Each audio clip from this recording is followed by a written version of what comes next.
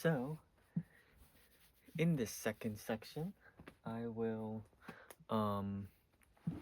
look at recent memes, very recent memes, um, and see how they connect to the more abstract theories of memes that we have just looked at. I swear you are closer than last time.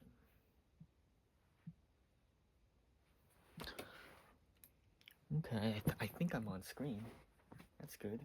Okay. Um, so on the left, I'm gonna focus on 6-7, so to speak. Um, and this is what I like to call kind of a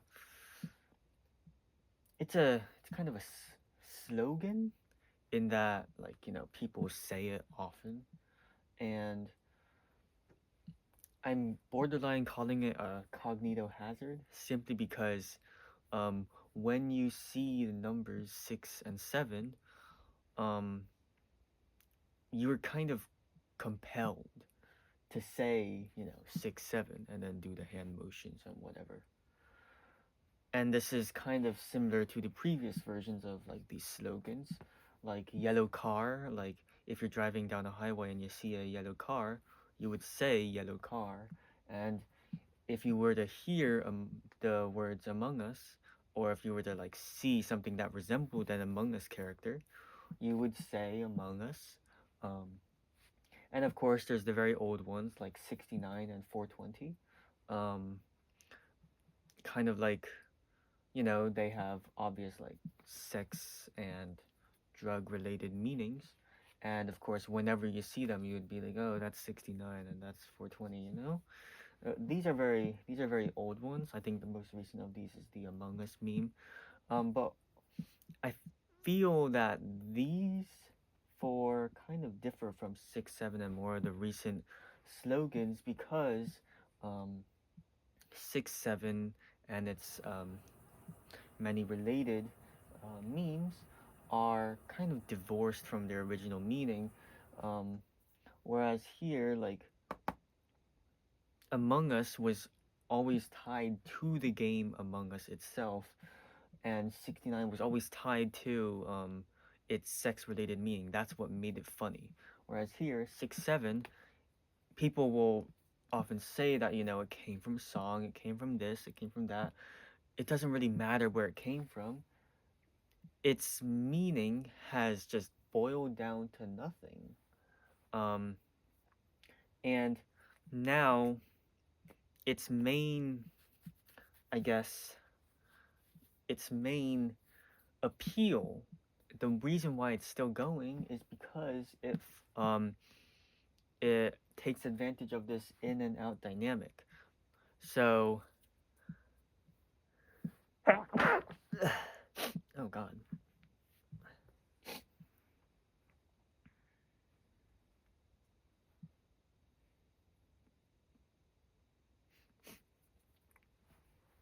So you would think of, like, say for example, a kid in a school sees the number 6-7 just somewhere out there, and he points to it and he tells his friend, 6-7, and the friends say 6-7 back. And then remember, in Andor's paper, this kind of getting the joke um, constitutes a sense of intimacy, right? And I feel like that's kind of part of the reason why 6-7 has become popular. It's a very easy way for these communities to spring up over something that they understand or like have exposure to. Whereas someone from the out group, like the teacher, um, would not understand it and thus not be part of that in group. And in fact, um, there were articles here that just said like teachers combat the 6-7 meme by misusing it and like trying to um, include themselves within it by using the 6-7 meme themselves, even though they're part of the out group. And that is kind of what makes the joke not funny anymore, because it's a breach or invasion of this boundary between the out group and the in group. Someone from the out group isn't supposed to understand or use this 6-7 meme, whereas all the ones in the in group like kind of are united by their understanding of 6-7. So yes, and of course, memes are constantly evolving. So here, 6-7 is kind of going towards a different number, 41, and I haven't researched about why that's popular, but it seems to be something that is very similar to 6-7 in that it's basically just got no meaning and is kind of a slogan in that sense. All right, and here we come to Kirkification, right? So Kirkification is the use of AI to replace um, faces in images with those of Charlie Kirk. All right, and this came about in the weeks and months after Kirk's assassination, and I'm gonna be discussing the AI meme itself here, but also I want to look at um, specific facets of the assassination itself, because some of them are related to the spread of memes and their behavior in modern culture. I'm gonna discuss that here, right? So, Kirkification has its appeal in this sort of tragic event, this memeing of a tragic or disaster event, and this was something that El Maruf um, discussed. I think it was his whole article was about how memes operate in this sort of disaster event, in that the modern meme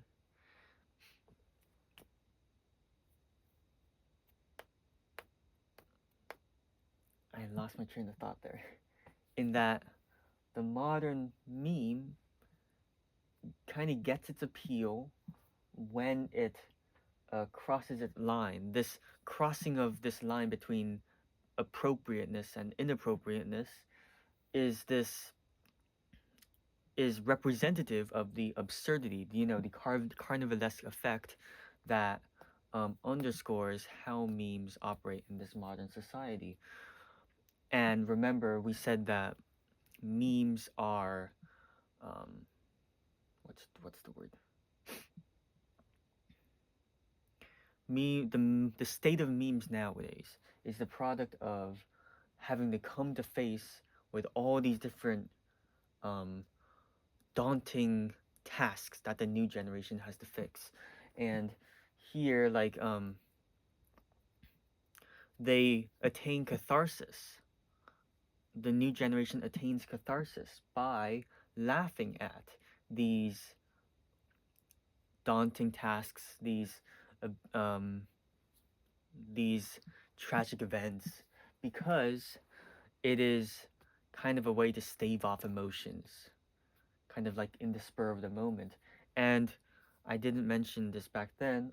I might edit something in about that, but um, the a, a, a joke's um, a, the viability of a joke, kind of like the virality of the joke, is kind of amplified when it memes on something that is deeply, deeply tragic.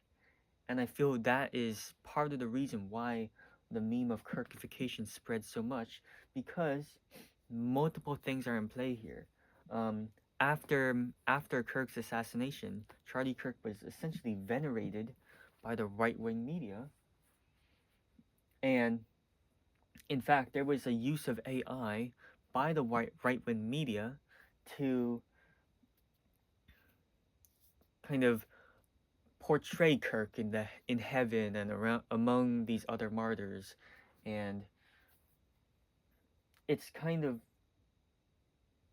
it's deeply deeply ironic to take someone that's like up among the heavens and just bring them down to like this whole slew of memes that just mean nothing and are like perpetuated everywhere.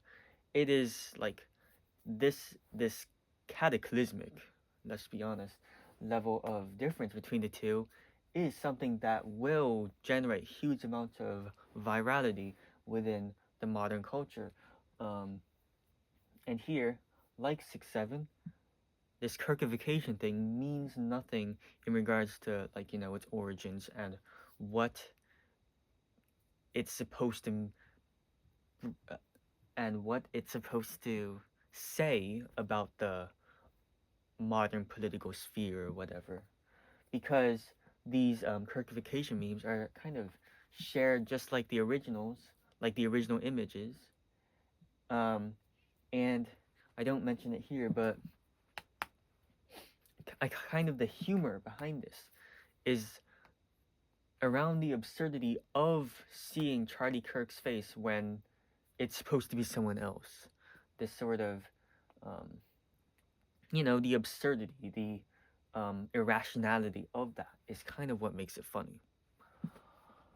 Okay, and here we come to the motivations and the details behind the assassination itself. And I think this is really cool because it represents something that kind of represents a manifestation of the modern culture in general and meme culture in the actual um, real world event.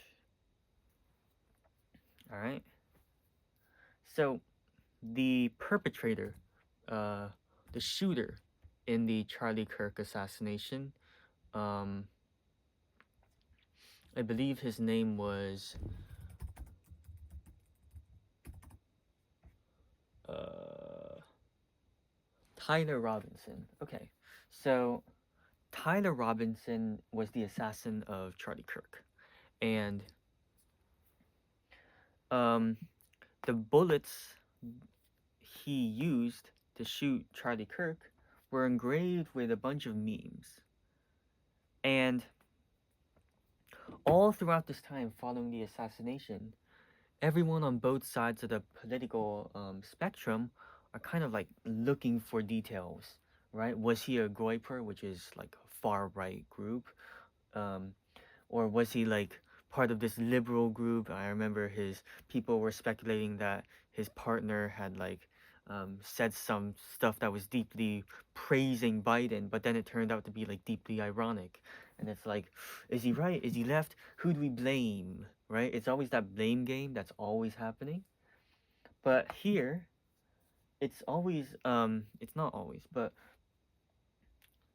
it we're transcending left and right politics. It's not as simple as to say that Tyler's part of the left or the right.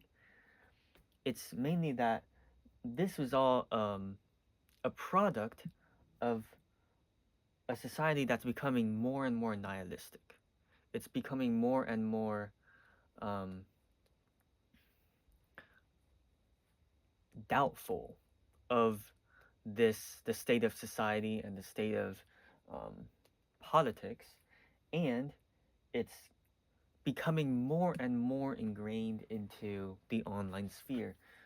Remember, the in group and out group led kind of to this um, community.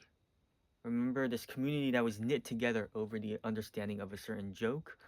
Um, in the online world, this kind of leads to niche communities that are deeply and deeply online. And some articles even said that this leads to a calcification of the uh, social,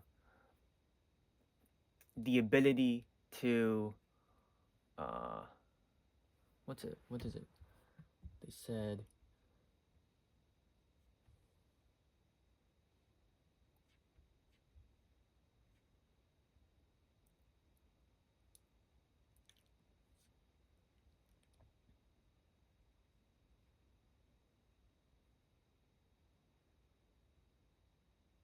yeah.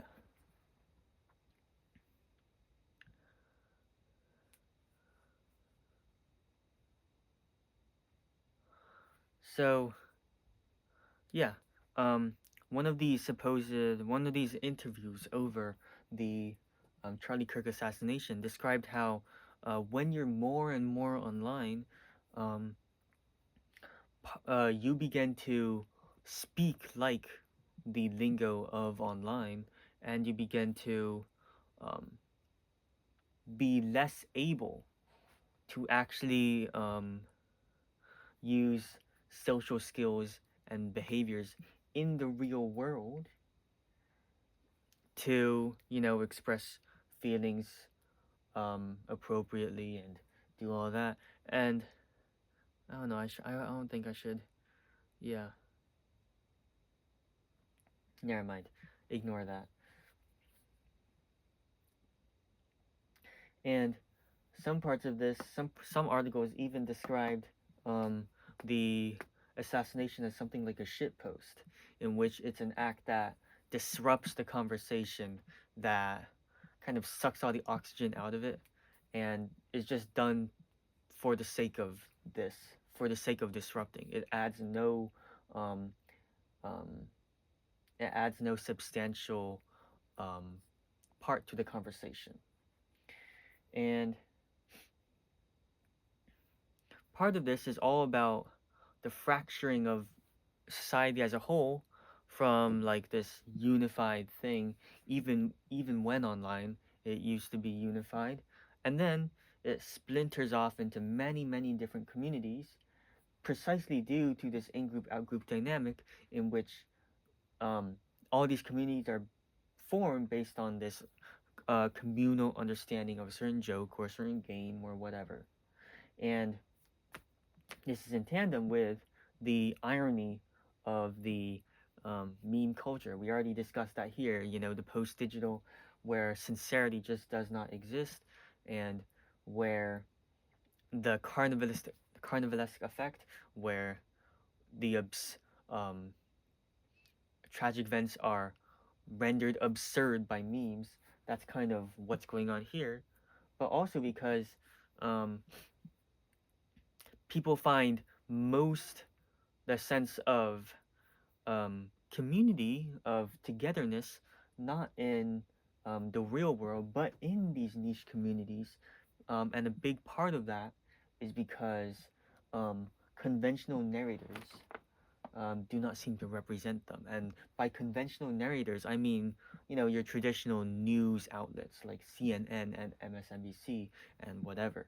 Um, People are just not tuning into these kinds of, like traditional um, news sources because they find that these niche communities speak to them better overall. But that means that these niche communities also create a sort of echo chamber where their own views and only their views are kind of espoused and like trained within the community, and then they any sort of dissent against that sort of opinion is kind of silenced. So, yeah, I think that's all. I am very efficient. Ooh, baby. Okay.